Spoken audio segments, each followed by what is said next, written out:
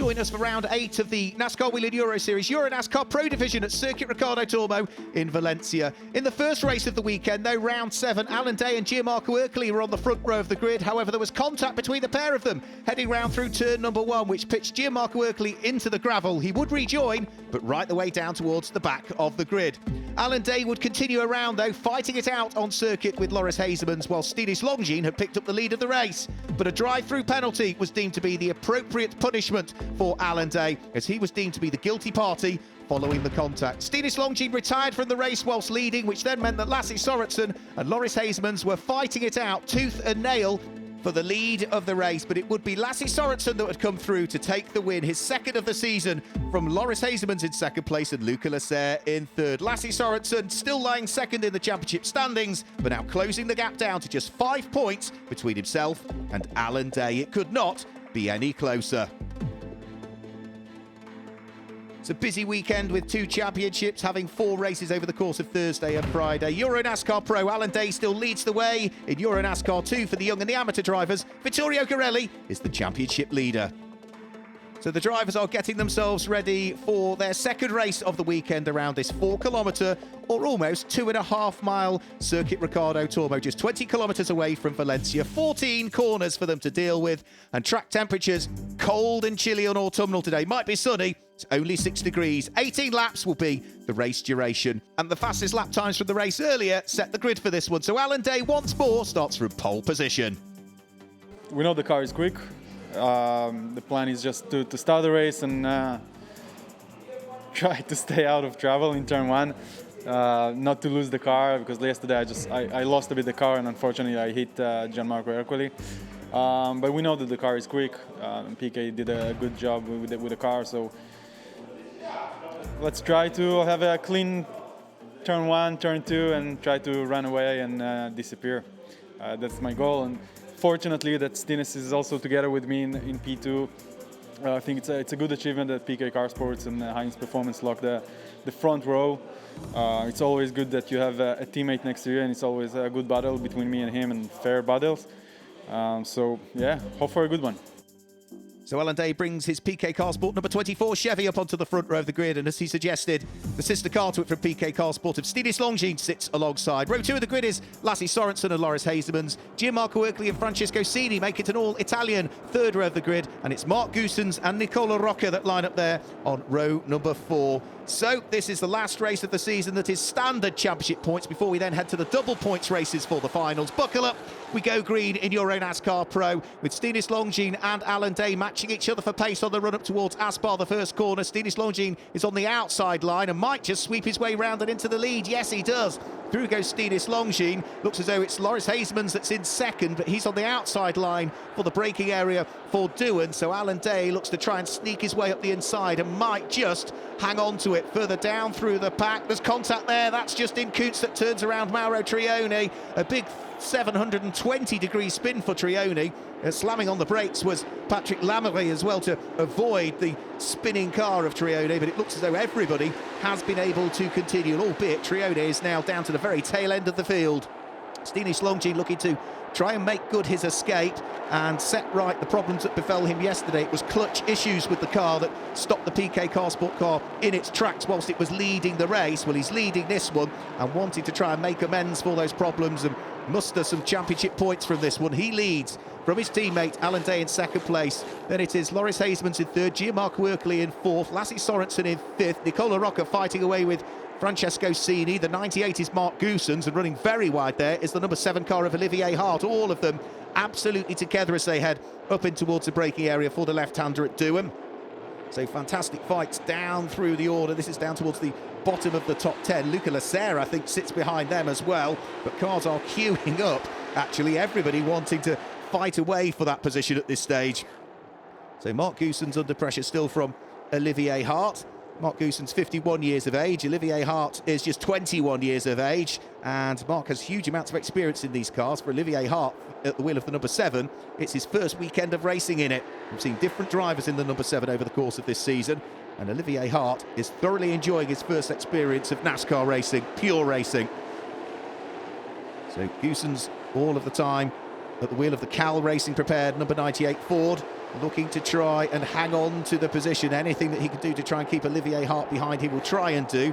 For Stinis Longines, though, in the lead of the race, he is now coming under intense pressure from his teammate Alan Day, who's chipped away at the lead advantage and might have a nibble for the lead of the race. Both of them break as late as they dare in towards Douan, but it's still Stinis Longines that leads. The Belgian leading from the Israeli that sits there in second position. The two teammates will not want to slow each other up particularly, but it looks so they are doing, because Loris Hazeman's in third place in the Hendricks Ford is beginning to close in as well. There's traffic just up the road as well for Stinis Longines that needs dealing with. That is Mauro Trione, who is still trying to make progress following his spin. That 720-degree spin in the first couple of corners. I'm sure Mauro Trione will see them coming. He's an experienced driver and get out of harm's way. He doesn't want to get involved in the fight for the lead of the race. Stinis Longines still looking to try and see if he can put any sort of gap between himself and Alan Day. The traffic, that being Mauro Trione, has now been dealt with.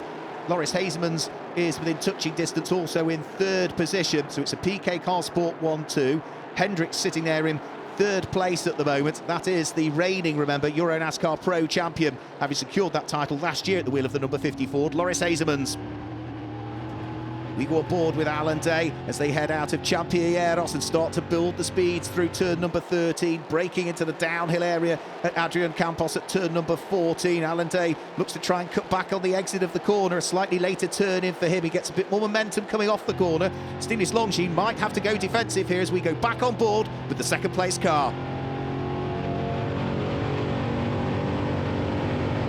Flat out down the straight, dive onto the brakes into the fast left-hander, which is Asper. Alan Day gets a good run. Stinis Longines a little bit wide, and that's going to open the door surely for Alan Day to sneak through and take up the lead of the race. Stinis Longines will still not try and make it easy. Side by side through Douan, they head up towards turn number 3. If Stinis Longines can brave it out through 3, he'll get the inside line for turn number 4. And by the skin of his teeth, Stinis Longines has hung on to it here. Needs to be careful that Alan Day doesn't cut back on the exit. But great onboard shots of all of the action there from the car in second place, and now it's allowed Loris Hazeman in third place to close up.